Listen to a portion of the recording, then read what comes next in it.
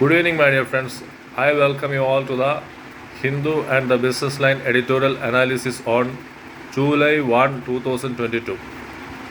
The first editorial discusses the G7 countries meet held at Scholz Elmau, the picturesque Alps in Germany. Recently, India was a special invitee to the G7 meet along with Argentina and South Africa. The G7 countries consist of most developed nations and the industrialist nations like Canada, Japan, Italy, Germany, United States, UK, and European Union. The G7 countries resolved to discuss on the renewable energy, the climate change, the food shortages, the inflation, and the war in Ukraine. India did not side with the G7 countries in criticizing China and the Russia. China is having over ambitious maritime ambitions in the Indo-Pacific region, and it is extending its tentacles in the Indo-Pacific region. This was overtly criticized, and the sanctions on Russia, the Russian high-handedness in the Ukraine war was also discussed in the G7 meeting. However, India distanced itself from criticizing both the Russian ventures and the Chinese ventures. The United States was going ahead with a global partnership for global infrastructure and investment. However, India did not support this because it was the alternative to the Belt and Road Initiative of China. The India accorded its sanctions on developing the resilient democracies. That is, resilient democracies mean a free and fair elections in the country, the freedom of speech, and regional peace and cooperation. However, this has to be seen in the present day context in India, where war torn and the destabilizing of the peace is happening. Whether India will rise according to the promises it made in the G7 meetings has to be seen. In the recent happening, the United States Mexican border in San Antonio in Texas has seen several people dead in the trucks. Those were the immigrants. Those were the illegal immigrants into the US territory from Mexico. There arises a difficulty in the growth saga of United States if such immigrants just find hopeless fate in deaths like those seen in Texas. The bipartisan attitude of the US Congress, that is, Republicans and the conservatives coming together for a purpose on gun law, is not seen with regard to the immigrants crisis. The US Democrats are in support of properly accommodating the immigrants who are law abiding. However, the Republicans are opposed to this. This is the divergent view of the Democrats and the Republicans, which is choking the immigrants, the policy on immigrants by the United States. The poverty, the inequality, the rich inequality in many countries is a cause of concern. A study is being conducted, a research is being conducted. That is, it goes with the headline, that is, G.K. Chesterton in his famous book in one of his famous books, has stated that the rich becomes the scum of the economy. True, the rich are very much experts in grabbing the wealth out of the country's development, and where the poor are not income distributed in the equality. The rich are very much up at grabbing the corruption opportunities. Most of the studies have shown that the rich access to the bureaucratic corruption ensures the rich inequality in countries. In India itself, there is a starking difference in many of the ruling states where the bureaucratic corruption is being exploited by the rich to become more and more richer.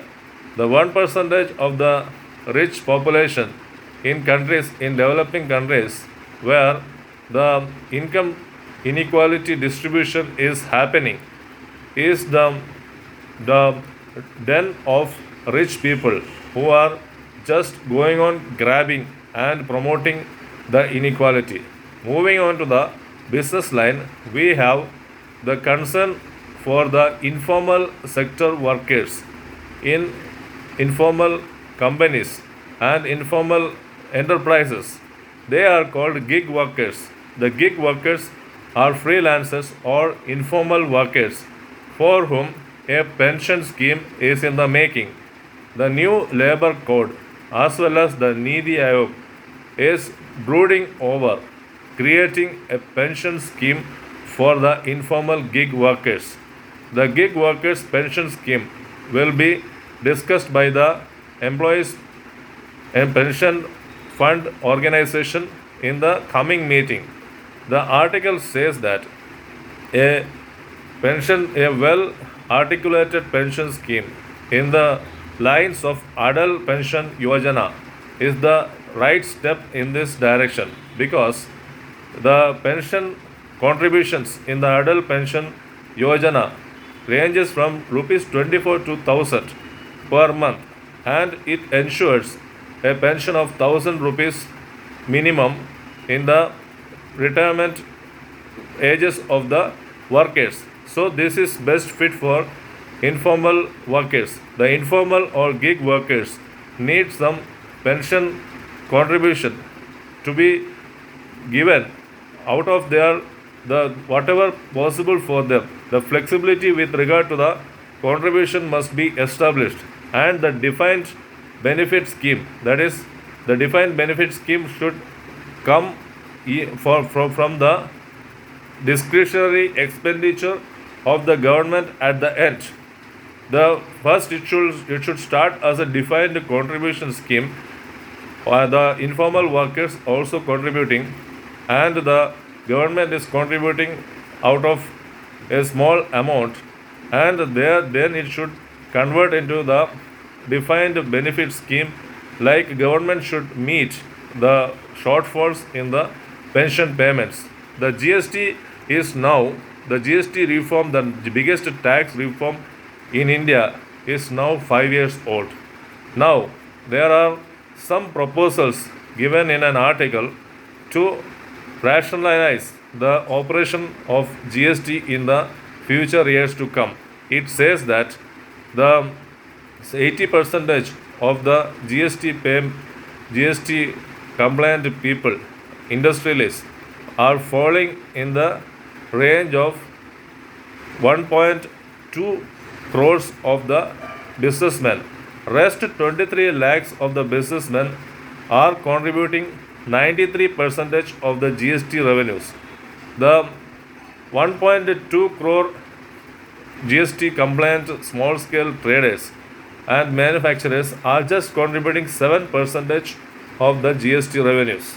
Hence, it needs to be seen that the GST has to be applicable only for those who are having below above 1.5 crores of turnover, so that the small businessmen are free to develop their businesses, so that the employment generation is also possible. Then there is different structures, rate structures. So many rate structures are there in the GST.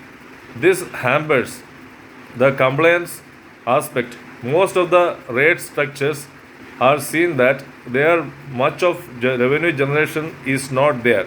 So the government must take initiative in finding the small revenue generating sectors in the rate structure and eliminate them so that the rate structures are brought to a simplified 2 or 3 rate structures, and there comes the problem of different harmonized system of nomenclature. The certain small sector enterprises are exempted from stating the harmonized system of nomenclature in their GST returns, and some above small traders it is compulsory to mention the harmonized system of nomenclature of 6 digits, and the large businesses have to declare their 8-digit GST number. What transpires is that this complex system is very much difficult for matching the products along with the GST number or GST HSN number. This has to be rationalized. Then the invoice matching, the state-wise registrations, the state-wise registrations has to be done away with for single businesses. Several states are there on which some businesses have different branches. So each state they have to register. This has to be done away with because the GSTN infrastructure already knows the location of happening of the transaction. Therefore, the GST credit to the respective states must be made on the basis of the data analytics of the GST infrastructure. Then, these proposals are to be implemented in the right perspective to make the GST structure smooth. And then there is the problem of stocking of food grains. The stocking of food grains, Indian government has announced a minimum support price of a very high amount above the WTO prescribed level, and the rice and the grains and paddy and the wheat are just overstocked, and most of the overstocked items are just being laid to waste. So the government must think about creating an export incentive for making the export of these extra food grains to other countries where the global supply chains were at crisis during the pandemic. India made a very good use of the South Asian countries where it exported much of the food grains overstocked, and India could meet its challenges of poverty during the pandemic with the overstocked stock being distributed among the people. So the article says that we have to find professionals managing the food distribution system, and we should have some professionals employed in foreign countries where they must find the markets for the grains exported out of India and must fetch a best price for them. Friends, all these articles were very much necessary to have a grip on the geopolitics, the national economy, the international geopolitics, the international economy, and about the poverty which is because of inequality, and the celebration of the GST's 5-year streak. Hope you enjoyed this discussion. I thank you for your patient cooperation and hearing. I bid adieu for today. Bye. Good night.